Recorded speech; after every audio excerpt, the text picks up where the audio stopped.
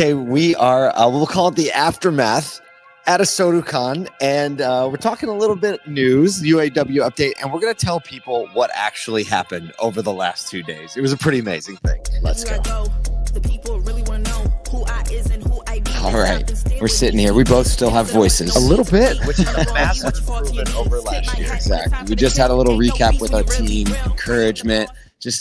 I got to hear some things that I didn't even know happened because the team was hearing it. They were around. We've got a big 12-person team now at this point, but also not big, right? Like to pull off an event, like just what happened, the energy around it.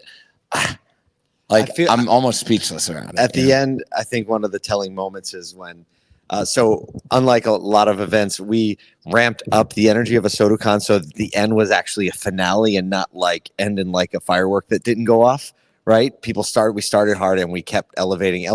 The end was Jesse Cole's keynote, Savannah Bananas. He delivered every bit of what we were looking for. People were saying, I cried 3 times during that. I'm like a man in a yellow tuxedo with a twerking umpire stories made people cry because he tied it back to humans, right? And people, and the fact that people are the reason that anybody can move forward. And then after that, we brought on 12 South and we watched CEOs, managers at the end of like almost 3 hours of a live show, sweating, going drenched, hard, smiling, completely laughing. breaking any like preconceived notion of what they have to be or pinned up or anything like that, and just saying like we're going to celebrate as an industry, which is the thesis of ASOTU CON. Send people home instead of exhausted and overwhelmed from a long conference.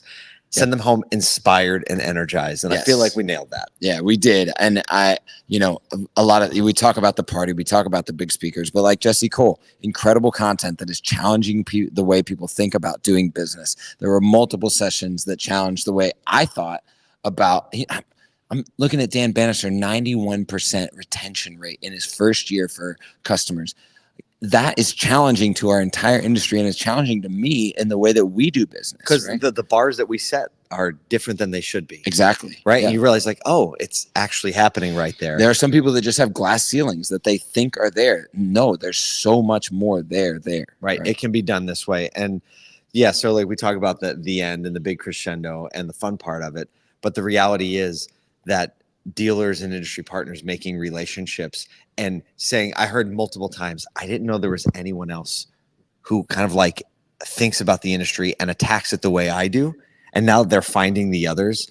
It's a pretty special moment, what just happened here. And the nice part is that we always hit the record button. So if you couldn't come and you listen to the show or you're just new to the community, we're going to start releasing sessions. We're going to start releasing snippets.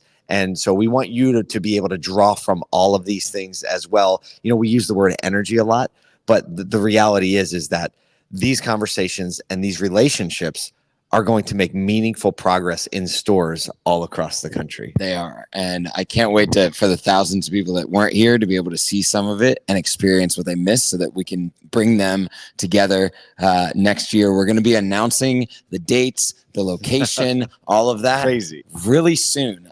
So look out for that. We're not far off from being able to announce that stuff, and we'll get tickets and sponsorship opportunities out actually really quickly this time. We're excited that our team is so dialed in that we can offer that to the industry. And I think it deserves one last thank you to our co-presenting sponsors, Cars and Stream Companies, for really being a very special and critical piece of making what just happened happen. So if you're watching and listening, you have a relationship with them, or if you don't, please just send them a little note and thank them for investing in the community and in the industry.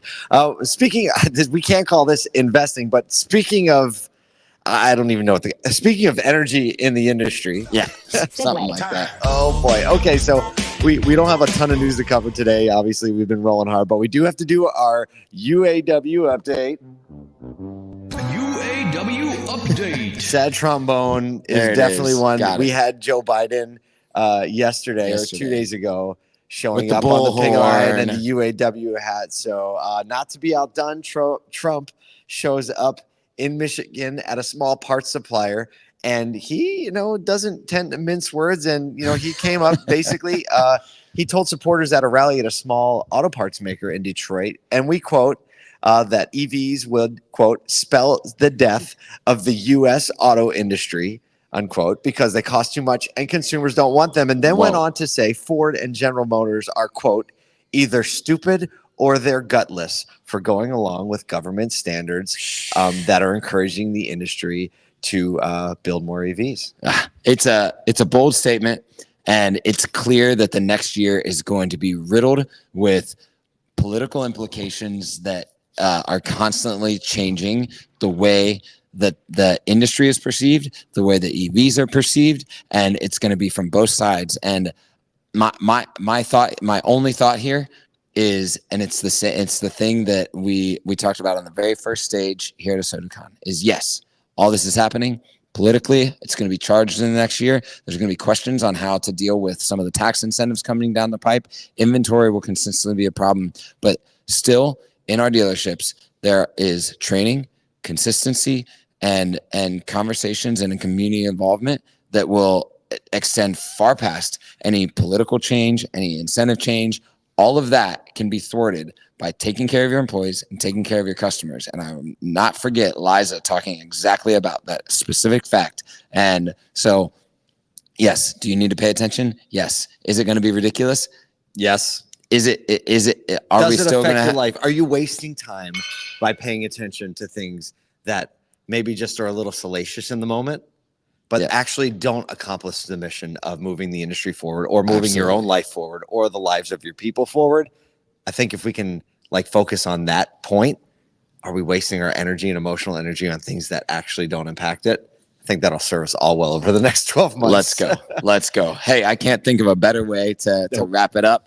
And we cannot wait to see you at ASOTU CON next year. But for now, we've got cars to sell, people to serve, and cars to service. And you can go into your communities and love people more than you love cars.